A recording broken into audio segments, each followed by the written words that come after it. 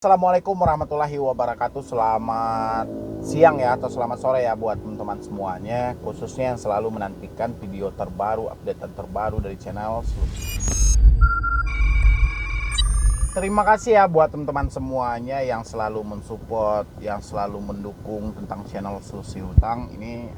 Saya selalu ucapkan ya terima kasih dan terima kasih.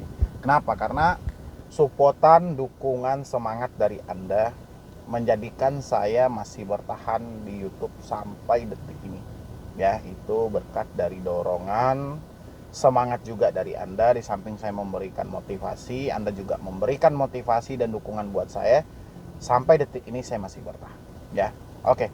Jadi hari ini saya mau bahas seperti judul yang Anda lihat, itu pinjol legal, pinjol ilegal itu nggak penting. Ya, karena saya perhatikan makin kesini tingkat gagal bayar makin banyak. Orang-orang yang tidak memahami dari segi ancaman juga banyak. Bahkan tak jarang mereka nekat bahkan mengakhiri hidup, sudah tidak mau tinggal di dunia ini lagi. Pokoknya berbagai macam versi lahir di itu. Makanya saya ambil judulnya pinjol legal, pinjol ilegal nggak penting. Mau Anda telat bayar, mau Anda gagal bayar, mau baru jatuh tempo, terserah. Yang penting Anda simak ini baik-baik.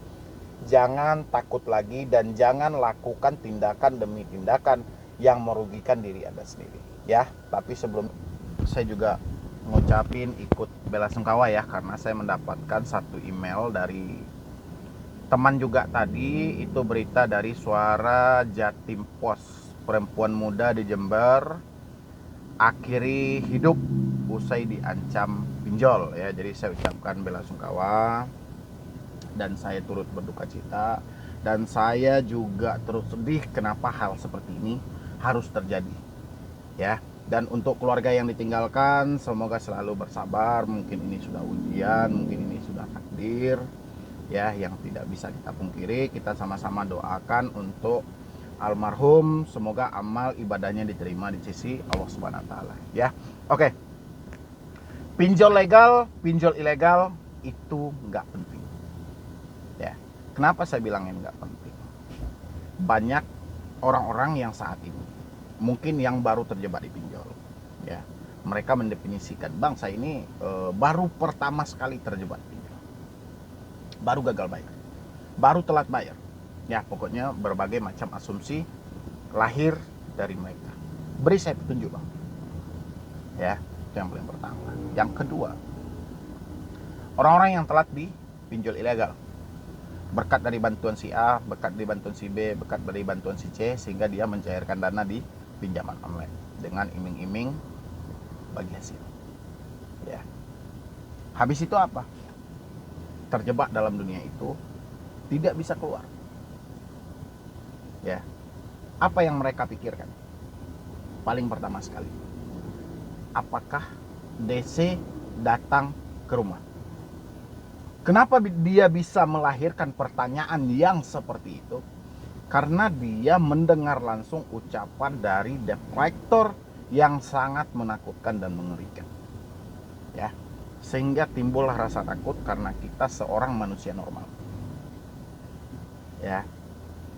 Yang kedua, mereka memikirkan, apakah gagal bayar pinjol kita akan diproses ke ranah hukum, baik itu hukum perdata maupun hukum pidana. Kenapa juga hal ini bisa terjadi? Karena saking banyaknya ancaman demi tekanan yang terus masuk. Ya, dan dia membaca. Dan dua hal inilah sebenarnya yang menjadi PR terbesar dari teman-teman semuanya. Ya, ini tolong disimain baik-baik. Ketika Anda gagal bayar pinjol, segala asumsi akan datang.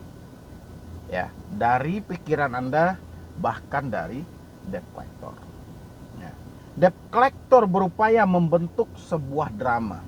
Drama ini ya bukan drama seperti dalam film, tidak. Dan debt collector mencobalah merangkai kata-kata kayak mana seseorang ini betul-betul fobia, betul-betul merasa sendirian dan ketakutan ketika membaca satu chat ini. Ya. Debt collector merancang itu.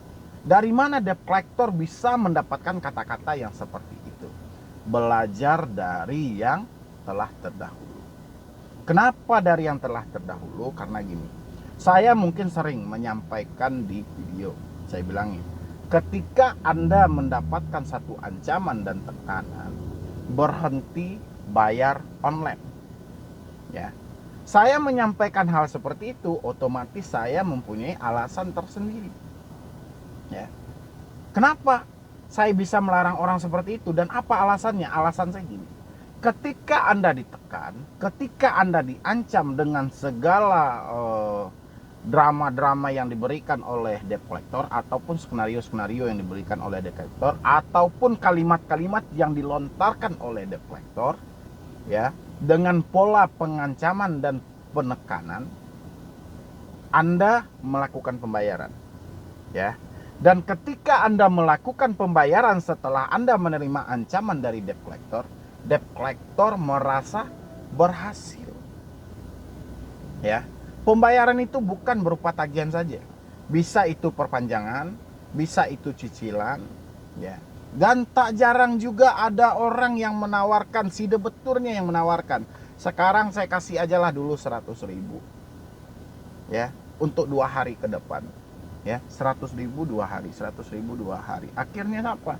Sampailah 3 bulan. Anda kali ini, ya, berarti duit dia sudah 4.500.000 ada di pinjol dengan hutang 1 juta. Itu karena apa? Karena 100.000 bukan perpanjang, bukan cicil. Ini 100.000 buat apa? Ya, makanya kenapa debt collector selalu mengancamkan hal seperti itu? Karena dia belajar dari hal yang telah terdahulu.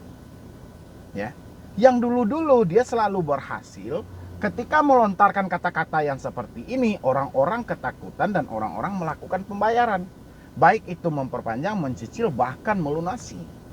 Ya, sehingga ancaman itulah atau kata-kata itulah yang dipergunakan oleh debt collector sampai detik ini. Ya, kenapa? Karena dia tahu orang-orang pasti takut, apalagi kalau diancam datang ke rumah, diancam ke ranah hukum. Ya, dua hal ini kalau kita maksimalkan dengan logika kita, ancaman dari debt collector beku. Ya, bekunya itu ya itu aja yang diulang oleh debt collector. Tapi sayangnya dari kita, karena kita si A, si B, si C, dan si D adalah orang yang berbeda dan tidak berada di satu tempat, akhirnya menganggap itu adalah hal yang benar. Ya, cetan dari si D dikirim ke si A, cetan dari si A dikirim ke si B, cetan dari si B dikirim ke si C. Padahal kalimatnya sama, cara pengancamannya sama, nama aplikasinya sama. Ya, tapi si A, si B, dan si C, dan si D membenarkan hal itu. Ini yang terjadi. Jadi gimana kita seharusnya, Bang? Makanya judulnya hari ini, pinjol legal mau pinjol ilegal itu nggak penting. Ya, kalau mereka sudah mengelontarkan kata-kata berasumsi berisi gitu ya, mohon maaf, berisi sebuah ancaman dan tekanan, itu teman-teman stop membayar. Ini bukan berarti kita stop membayar hutang, tidak, tapi kita tidak melakukan pembayaran secara online lagi. Ya, kenapa? Karena seperti alasan saya tadi, ketika orang diancam, dia melakukan satu pembayaran, baik itu memperpanjang, mencicil, atau melunasi via online, ya, debt collector merasa segala sesuatu yang mereka lakukan selama ini berhasil. Ya, sehingga pola ancaman terus berlanjut di tengah masyarakat. Makanya ancaman itu aja dari dulu, karena debt collector belakang-belakangan berhasil. Makanya sampai ke depan dia gunakanlah hal itu, karena itu adalah sebuah keberhasilan mereka. Sehingga ancaman penjara, datang ke rumah, dituntut hukum, BI checking, ini segala macam masuk. Ya, kalau dulu saya ingat itu masih banyak lagi tambahannya, ada santet, ada mau dibunuh, ada pokoknya banyak persi-persinya itu cuman sebatas ancaman. Ya, makanya teman-teman, saya ambil judulnya pinjol legal, pinjol ilegal nggak penting. Ya, kalau ada uang selesaikanlah. Kalau nggak ada uang, abaikan semua ancamannya. Jangan sampai kita berpendek pikiran, mentok dalam pikiran, dan kita mengambil sebuah keputusan yang salah dalam hidup kita, yang rugi diri kita sendiri. Ya, saya cuma mengingatkan, kalau belajar dari pengalaman, berapa banyak orang yang mengakhiri hidupnya di dunia ini cuman gara-gara ancaman dari pinjaman online. Padahal ancaman itu cuman ada dalam hayalan. Ya, saya pun selalu membahas DC kalau sudah mengancam, menekan, itu menandakan mereka tidak mampu untuk mengunjungi Anda. Ya, tapi sayang banget ya, video saya atau channel saya tidak seluas iklan pinjol. Itu aja yang disayangkan. Ya, karena saya masih mempunyai media yang cukup kecil. Ya. Jadi kalau seandainya video saya ataupun channel saya bisa luas kayak iklan pinjol, ada di Facebook, ada di TikTok, ada di Instagram, ada di semua sektor, mungkin saya yakin akan mengurangi angka kepanikan, akan mengurangi angka ketakutan. Ya, dan saya berharapnya mudah-mudahan algoritma YouTube bisa bekerja lebih maksimal, memberikan petunjuk-petunjuk kepada mereka yang mengetik dari segi hutang. Kita cuman berharap dari situ aja. Saya berharap dari situ aja ya. Supaya tidak ada lagi kejadian-kejadian yang mungkin tidak seharusnya terjadi lah. Ya, kalau cuman sebatas hutang pinjol, diancam, ditekan dari pinjol, sudah bertahun-tahun kok ancaman juga seperti itu, sama. Ya. Jadi Anda nggak usah menghayal DC datang ke rumah, tiba-tiba bawa Anda kantor polisi, tiba-tiba mempenjarakan Anda, tiba-tiba narik aset Anda, tiba-tiba ini. Itu cuman hayalan Anda, ya. Dan karena ada kata tiba-tiba dan hayalan itu juga tiba-tiba ada di pikiran Anda, jadi buang jauh-jauh. Saya cuman itu aja buat teman-teman semuanya. Jangan lupa juga di support channel saya satu lagi, Medi Brony.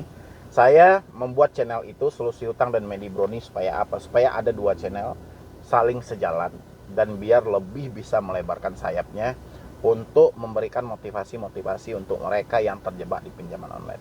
Dan dukungan dan supportan dari teman-teman juga sangat saya butuhkan untuk tetap